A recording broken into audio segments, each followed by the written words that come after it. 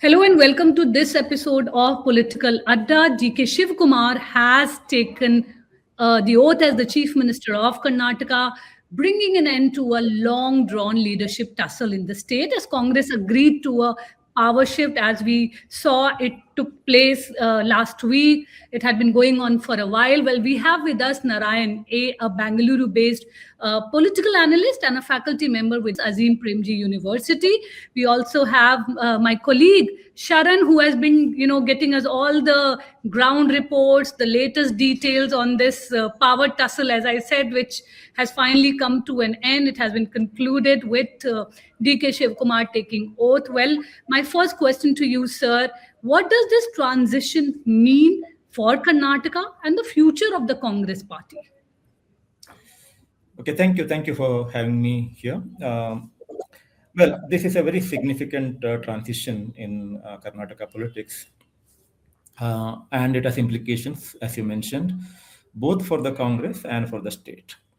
As many observers have already made it clear, the objective of the Congress in effecting this transition is to ensure that the anti-incumbency that has set in quite significantly over the last 3 years for whatever reasons, and it had to be reduced. And the Congress thought that this is the best way to reduce the anti-incumbency, effecting a leadership change. And of course, they had to honor an agreement which was apparently reached between the two leaders in 2023, after the 2023 elections.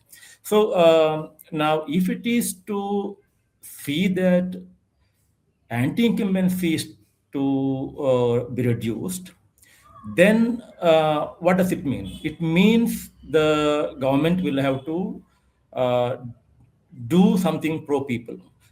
The government will have to do something which it has not done so far. At least it has to present an image which is very different from what it has been able to do in the last 3 years. So by implication, it would mean that the government will perform better, government will improve its image by taking up some pro measures. And the team, the new team which is going to be formed, the cabinet and the ministers will present a different picture both of the administration and of the party in the days to come. Otherwise, they will not be able to, they can't hope to minimize anti-incumbency and face 2028 assembly elections, especially given the record of Karnataka to change ruling party in every election. Right. But, as far as Karnataka is concerned, will the High Command's decision effectively end factionalism and infighting within the state unit? Because, we've been hearing many stories, some on record, some off record, but it had been going on for a while. So now that Shiv Kumar has taken oath as the chief minister, will it put an end to that? I have a different take here. I think some of the words that you used, factionalism, etc., may be a little strong in the context of Karnataka. I don't think what we saw in Karnataka for the last few months after Shivakumar started demanding a leadership change was really a factionalism kind of a development, right? So we have seen different kind of factionalism in various parties in the past. Very bitter power struggle. This was not that kind of a factionalism, and it was just a consistent demand by the Deputy Chief Minister to honor the agreement that was apparently reached in 2023. And this was done in the most decent possible way. Both the leaders did not say a word against each other. Their supporters kept saying something which was not very positive sometimes, but positive to the image of the party. They did not, again, there was no bitterness even in what the followers said as well. So I don't think, what we saw in Karnataka Congress so far was an instance of factionalism or bitter rivalry. But, what is the fear now is the change itself can lead to some kind of factionalism, especially depending upon what kind of the team, who is getting included in the Council of Ministers and who is not going to get included. This may lead to some kind of factionalism. This had happened in the past in the Congress and in other parties. The disgruntled elements, because there were too many people, there were too many senior Congress leaders who wanted a place in the berth. They wanted a cabinet reshuffle even without change of leadership. And that was a stronger demand which was there, before the High Command decided to change the leadership. Now the same people will raise those demands again.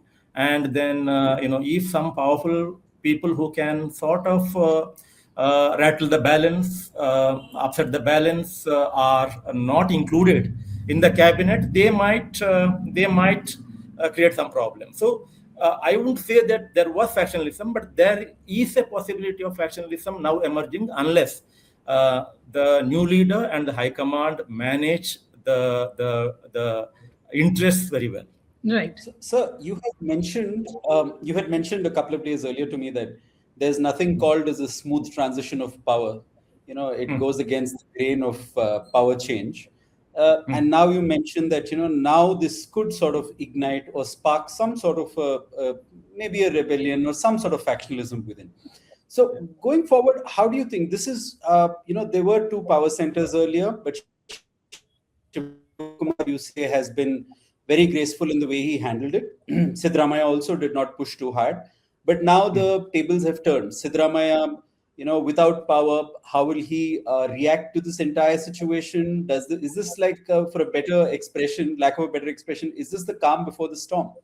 What exactly will happen in politics is difficult to predict. But I think, having said that no transition of power is going to be smooth, I think this is the best possible scenario that we had in Karnataka. Now imagine a situation where Siddaramaiah was not made the chief minister in 2023. Then what you said now would have been a distinct possibility. Now that he has been given 3 years in power, and he has been there was a kind of negotiation with him, and he is also in the fag end of his career. The possibility of Siddaramaiah fomenting trouble in the next 2 years is much less. You are right in saying that in the past, Siddaramaiah, out of power, was known to create problems for the leadership and to the chief minister. But I think this time the situation is slightly different. So I don't see Siddaramaiah becoming a rallying point or Siddaramaiah raising a banner of revolt. The word he used is a revolt or rebellion. I don't see such possibilities. There will be murmurs, there will be discontent, especially in the depending upon who is getting included in the cabinet and who is not going to get included in the cabinet. And also there are certain other contentious points in relation to policies in the future, especially with regard to the caste census, how that report is going to be handled by the new chief minister, how various groups, interests get formed around some such policy issues. These may be the contentious issues which will give rise to differences of opinion, and then how maturely the High Command and the chief minister is going to respond to that situation is going to decide. But more importantly, I would say, I think it is in the interest of everyone, right? Even those who would like to create trouble or create some kind of decisions or whatever, to win the next election, right? 2028 elections are not very far off, less than 2 years for them. And therefore, any wrong signal in relation to administration and in relation to the party's cohesion is going to cost them very dearly in 2028. And, again, if you go back to, if you analyze a little bit of history of Karnataka's politics, since I would say 1985, whenever there was a change of leadership, whenever, we had two kinds of regimes, a single chief minister regime or, two chief minister or three chief minister regimes. Now, all the two chief minister regimes and three chief minister regimes lost power in the next elections. They lost power very badly. whereas single chief minister regimes also lost power, but then they did not lose power so badly. In such occasions, we had hung assemblies, which means the ruling party was not rejected decisively. In 2004, SM Krishna government was not rejected decisively, and therefore the Congress could form a coalition government with JDS. Similarly, Siddaramaiah government, he was the lone chief minister between 2013 and 18, was not totally rejected in 2018, and therefore there was a JDS Congress coalition government in 2018. It is a different story that after that both the coalition governments fell, but from how the electorate see this kind of political developments, the Karnataka electorate is not very favorably inclined to see a leadership change. However, this time it is a different kind of leadership change, I would say, because Siddaramaiah, having reached almost the end of his political career, is certainly not going to be the face of the Congress in the next elections. Therefore, the Congress needed a new face. Congress needed an energetic leader who could enthuse the party cadres, who could go to the next election with the objective of bringing back or with the objective of coming back to power, right? So I think from that perspective, this is a different kind of leadership change that Karnataka has seen when compared to the forced leadership changes that happened in the past. People did not like forced leadership changes, but how the people are going to take this leadership change depends on two things: how the new regime is going to perform in the next 2 years, and also how the political interests are going to be, the competing political interests are going to be managed in the next 2 years. So you've mentioned, that perhaps Siddaramaiah was at the fag end of his career, and Shivakumar may infuse fresh blood into their 2028 campaign. So what do you think will be their styles of functioning? So how different do you think it will be? How do you think Shivakumar will, proceed further from now? Yeah, so there is a lot of discussion around Siddaramaiah being a second power center, etc. I would say that Shivakumar was a second power center so far in the last 3 years. Siddaramaiah did not have a very free hand, unlike the first term of his chief ministership between 2013 and 2018. This time there were two power centers after 2023 elections.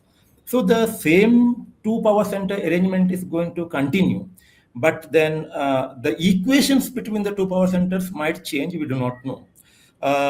In terms of their style of functioning, again, there is a prediction that so far with Siddaramaiah at the helm of affairs, it has been a pro-poor, socialist-centric kind of regime. Now it will be more growth-centric kind of an administration. So that is what people are predicting, because Siddaramaiah, always stressed more for redistribution than growth, and Shivakumar is known to, pursue policies more vigorously with the objective of achieving faster industrialization, achieving faster rates of growth, etc.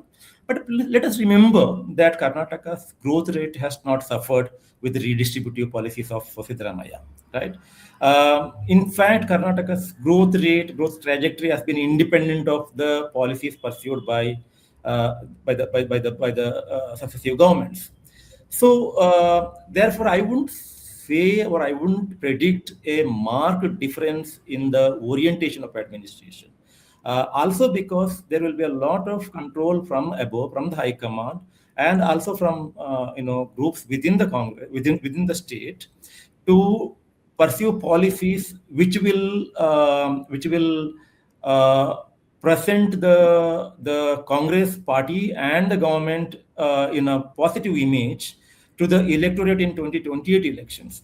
So more than the style of functioning of the individual leadership, I think it is the imperatives. The imperatives of the 2028 elections will decide a lot of decisions in the next 1 year and 10 to 11 months. Right. You mentioned the 2028 elections. Well, what does it mean, the change that has taken place in terms of the power shift? What does it mean for the BJP, the repercussion for the BJP, and in terms of strategizing, going ahead, what will they need to do? Yeah. So, one political significance of this transition is this, which is this is the best possible response of the Congress, strategic response of the Congress to the JDS BJP alliance in the state. Now, after JDS and the BJP came together post 2023 assembly elections, Congress faced the prospect of losing its Vokkaliga support to some extent because both the parties have come together and they presented a formidable front to the electorate in the southern Karnataka, the Vokkaliga electorate in particular in southern Karnataka, and given the penchant for changing regimes in Karnataka, so everybody was expecting that in 2028 the Vokkaliga votes would substantially go to the JDS BJP combined. And so far, there was no, strategic response from the Congress on that front. And accidentally, this was not by design, but by accidentally, honoring whatever agreement they had, they effected this leadership change. And this leadership change now is certainly a very, very strategic response to that alliance. With Shivakumar, a Vokkaliga, as the chief minister, I think if he takes this challenge quite well, I think the possible or predicted migration of Vokkaliga voters towards the JDS BJP combined can be prevented to some extent.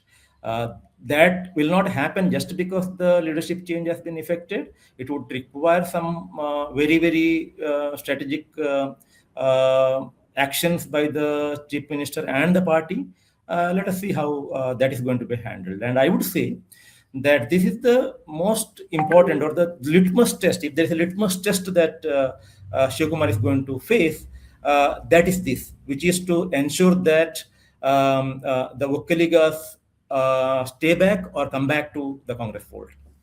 Yeah, so since the swearing in has happened, of course there was a lot of color involved. Mr. DK Shivakumar visited Deve Gowda, he visited Mr. B.S. Yediyurappa, met every seer there was. He's a very spiritual person, we know all of that. How do you think, is this some message that he's sending out that he would like to sort of build an image beyond what he's called as a businessman, as a strong man, as a very confrontational leader? Does he want to build an image that he's willing to work with everyone, sort of a coalition builder, a consensus builder? Is this sort of the impression he was trying to go for today? Yeah. So there are two things here. One is his image as a businessman more than the statesman, right? So I don't think, being a businessman is by itself a negative thing, right? So it all depends upon what kind of decisions he's going to take, whether his business interests are going to influence his political decisions or administrative decisions. As long as he can keep those two things apart, I don't think if being a businessman is necessarily a negative thing. But that said, about the show that we witnessed today, that he went around meeting all the senior leaders of all the parties. I think he is also trying for a image transformation, right? The kind of image that he has had so far, he knows and everybody knows is something that will not go very well in case he wants to bring back the party to power in 2028. So the need for transformation in his own image is felt by him, and I think in that direction he has been saying many things, and I would say that he has been saying many things right, and he has been doing many things right. And as part of that, we have seen today that he has met Mr. Deve Gowda. I think that's very strategic gesture and very good gesture, I would say, in sending the right signals to Vokkaliga electorate, Vokkaliga voters. And then I think he has also met other senior leaders, and there may be some kind of instructions from above, from the high command, that this transition would trigger many developments. It would provoke many developments. Therefore, one thing that he has to ensure is to take everyone along within the party, right? So there was a demand for a Dalit chief minister, and there was a demand by the OBCs to continue Mr. Siddaramaiah as chief minister. So, all these are the groups, social constituencies, very crucial for the Congress, and they have to be kept in good humor. And from that perspective, whatever Mr. Shivakumar has done as of today are in the right direction. And I think that is part of his strategy to transform his own image as a leader who can take everyone along. And what you mentioned earlier, he's more of a businessman and less of a statesman. I think he wants to present himself as a statesman. And one of the qualities that a statesman will have to exhibit is to take everyone along, not to provoke anyone at this stage. So, from the people outside of the party lines who he's trying to reach out to today, to his own cabinet, it's a limited cabinet as of now. What do you initially make of this cabinet? I know they've got some of the caste combinations, right? But what do you, on first look, make of the cabinet, sir? Okay, about the cabinet, having done many things right, which sent right kind of signals, raising expectations of the people that maybe we will see a different kind of administration, a different kind of style of functioning, etc. Cabinet, I would say, does not come across in that line. It is not in continuation of many other right signals which has been sent so far after the leadership change was decided. Why am I saying this? One, except for one new face, all those who have been inducted in the first installment are the members of the outgoing cabinet. Their portfolios may change, but the same faces continue. That the same faces continue suggests that what the change that maybe the change that we are going to see is limited. Of course, still there is a chance of new faces coming in, but I think this was an opportunity to send a signal that the new team is also going to be a different team. The new team will have many new faces. So in that sense, I don't know why the same faces were only the new. I'm not saying that the faces that have been included, the people who have been included should not have been there, but a mix would have sent a better signal. That's one. Second, in terms of the caste combination, you are right. A balance one can see, but when it comes to the OBC factor, there is a problem. What is the problem? Both the OBC faces are Kurubas, right? And within the OBC combination, there was a rivalry, there was a friction between Kurubas and non-Kurubas. Under Siddaramaiah, many non-Kuruba OBC castes had felt that Kurubas get all the preference and non-Kuruba smaller castes have been neglected. Now, that is one of the things that the new chief minister has to address in the days to come. And in addressing that, I think it would have been better if a non-Kuruba OBC were to be included in the first installment itself in the cabinet. Why they have not done, I'm not too sure. But now we hear that Mr. Hariprasad is going to be the KPCC president. Now, again, among the OBCs, it is a dominant OBC caste. So two faces who have been inducted into the cabinet and the likely KPCC president, two are Kurubas and one is an Ediga. So that has not left, for the time being at least, the non-Kuruba smaller OBC castes in cheers. They are still, left to guess, left to gauge. So what is going to happen? Whether they would be able to see any change even in the new regime. So therefore, I would say that the new cabinet has left a few things unfinished. So now what does he have to do? Now, does he have to, I mean, the biggest, at least the last 3 years, Mr. Shivakumar has had almost a free hand on Bengaluru. And Bangalore, the problems there are in Bangalore. It can elevate your image as well as damage it permanently as well. So what does he have to do now? His big challenge is coming up, which is likely the Greater Bengaluru Authority elections, that the ULB elections. Then he has to fix Bangalore. So with the team that he has, at least as of now, and the free hand that he has, can he fix these issues? And will that help him in his 2028 bid? You are right. He had a free hand and he had the Bangalore development portfolio. But then with him at the helm of affairs did not help the cause of Bangalore or the image of the party. So as long as he was there, the public sentiment was that he was not doing enough. And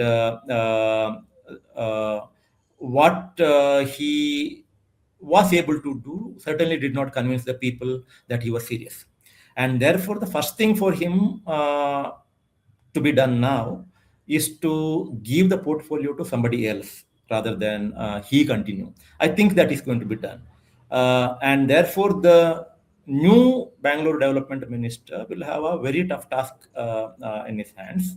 And this is the paradox. This is the biggest challenge that the government will have to face, especially given the fact that it has got less than 2 years in power.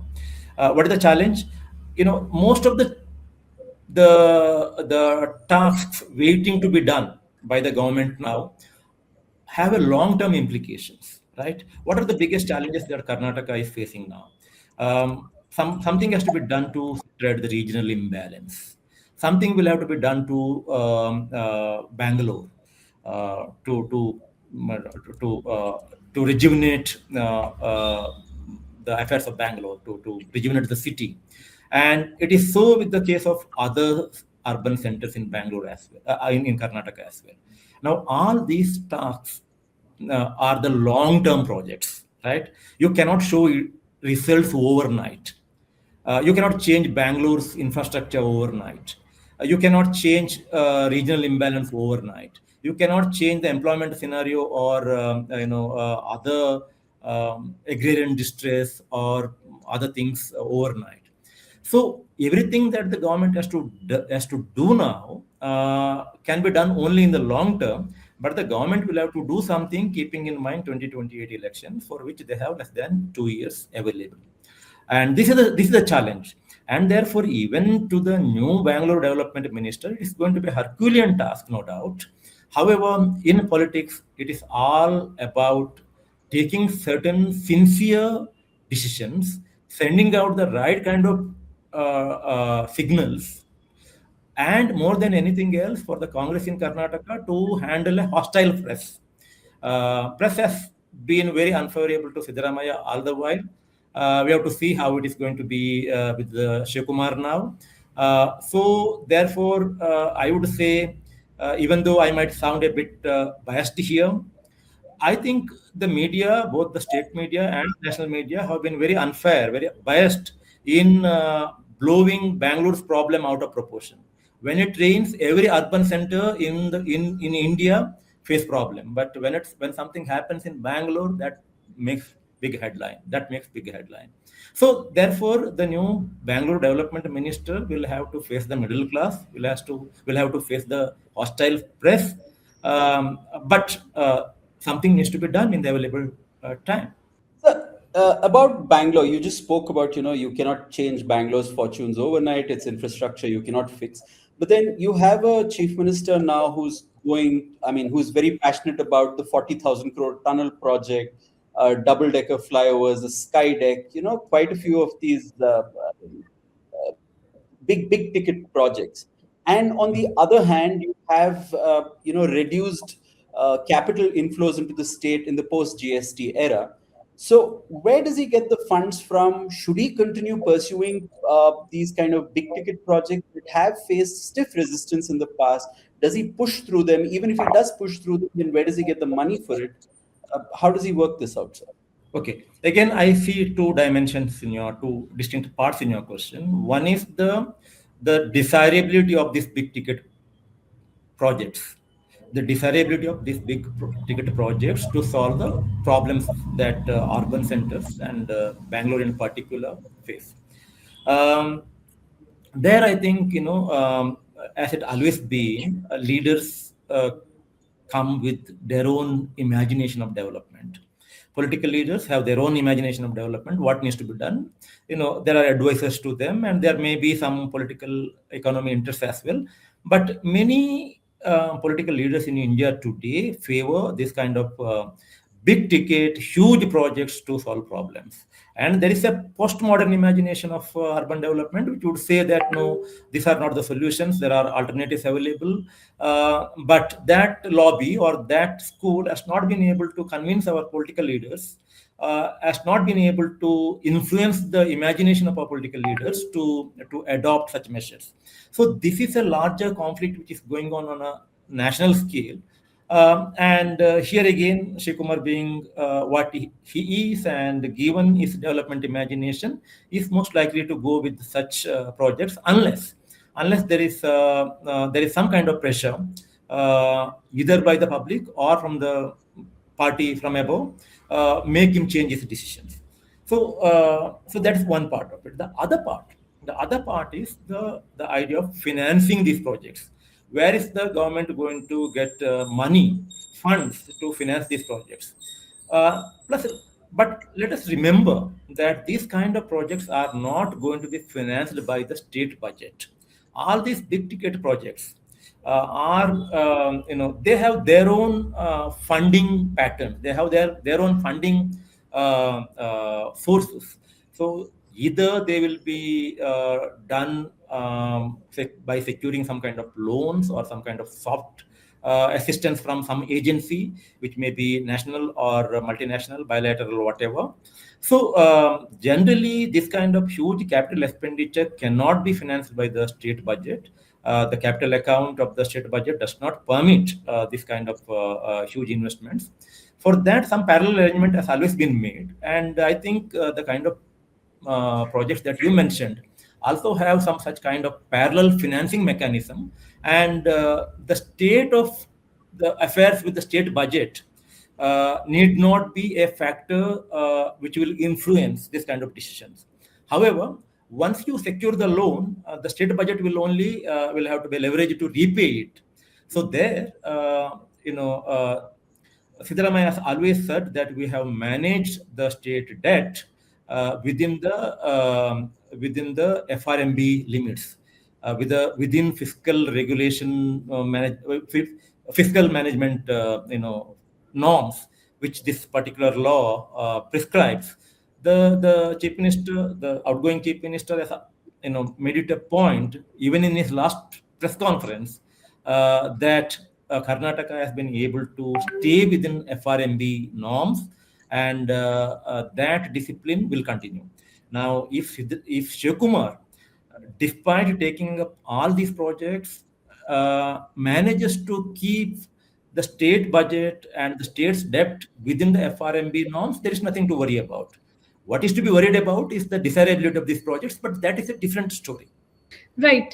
Before we conclude, one last question that I wanted to ask is that, the Congress, many political analysts said that they were surprised by many of, the way the smooth transition from Mr. Siddaramaiah to DK Shivakumar, that transition took place very smoothly. And it was a reflection on how, the Congress leadership, the high command, how it has acted in the past, say in the case of Rajasthan or Madhya Pradesh, and the lessons to be learned from Karnataka. And at the same time, I also wanted to understand that Shivakumar, he's tweeted, he's posted that Rahul Gandhi saw potential in him as a young man. So will we also see Shivakumar to, have a free hand as chief minister, or will he also remain, sort of under the shadow of Mr. Siddaramaiah? So, two questions: one on the leadership and one on how Mr. Shivakumar will be able to, function. When you say leadership, you mean how I the think high. yes, the high command, so-called high Yeah. command. Yeah. So I think the Congress High Command faces different kinds of challenges in different states. So of course there are lessons to be learned from what happened in Rajasthan and what happened in Madhya Pradesh, etc. But the kind of challenges that they faced in Karnataka was very different. And here I think it was, as I mentioned earlier, this was not a totally undesirable leadership change. I think if you do a very strict, very systematic cost-benefit analysis, I don't think it is all cost. There are benefits to be reaped by effecting this kind of the leadership change in Karnataka, and that's what possibly for them the benefits outweighed costs, and they have taken a decision. And it is to their political acumen that they have been able to effect this change quite smoothly by holding protracted negotiations and by convincing both the leaders, in whatever way they have been able to convince. Earlier the reports had it that Siddaramaiah was invited to become a Rajya Sabha member, but now he has been made a CWC member. We do not know how that arrangement is going to pan out, but what High Command has ensured, unlike in the past in Karnataka's own case, is to prevent any kind of showdown. As I mentioned earlier, not even a bitter word exchanged between two leaders, and whether it is the maturity of these two leaders or whether it was the way High Command managed it, in whatever may be the reason, this will remain as one of the most mature, balanced, and positive kind of leadership change happened in any state. Second, whether what is going to be the situation for Shivakumar, whether you're right. Yeah. Now, well, whether he'll be under the shadow of Siddaramaiah, I don't think he is going to be under the shadow of Siddaramaiah. But will Siddaramaiah have no influence on administration? Certainly, he will have some kind of influence, and that kind of influence is required because, for the Congress, AHINDA, that is the minorities, backwards, and Dalits are the vote bank. In this AHINDA formulation, the weakest link is the OBCs, the other backward classes. Their support, the Congress cannot take for granted. As long as Siddaramaiah was there, they were able to manage it. And now under Shivakumar, if the OBC support is to be secured and to be maintained, I think Siddaramaiah's cooperation is crucial for Shivakumar, for the Congress. And therefore, what kind of importance is given to Siddaramaiah and his supporters, how seriously they take suggestions from Siddaramaiah, etc., will decide a few things in terms of managing the social coalition of the Congress, and which is very crucial for Shivakumar if he is serious about fighting 2028 elections decisively, right? So therefore, certainly Shivakumar will have to take Siddaramaiah along, and Siddaramaiah will have some influence on administration. But will he be under that? That doesn't mean that Shivakumar will remain under the shadow of Siddaramaiah. It will be an interesting combination. It is going to be an interesting experiment. A dominant caste chief minister taking along AHINDA formulation intact. Whether, so far AHINDA remained intact to the extent it remained intact. Whatever problems that were there with the OBC, AHINDA was certainly there as an intact bloc for the Congress. But that was there under Siddaramaiah. Now, for the Congress, it is important to retain that. But Siddaramaiah is no longer there. A dominant caste chief minister is there. And it is a challenge for Shivakumar, therefore, to keep AHINDA support intact. At the same time, to emerge as a Vokkaliga leader, to secure the support of Vokkaligas alongside the AHINDA formulation, AHINDA support. Right. Well, thank you so much, Mr. Narayan, for giving us, this deep insight, and I'm sure our viewers will be very, very looking forward to this episode. Thank you, Sharan, for your pointed questions and as well as your ground reportage on the entire power tussle that has been taking place in Karnataka. Thank you so much for joining in.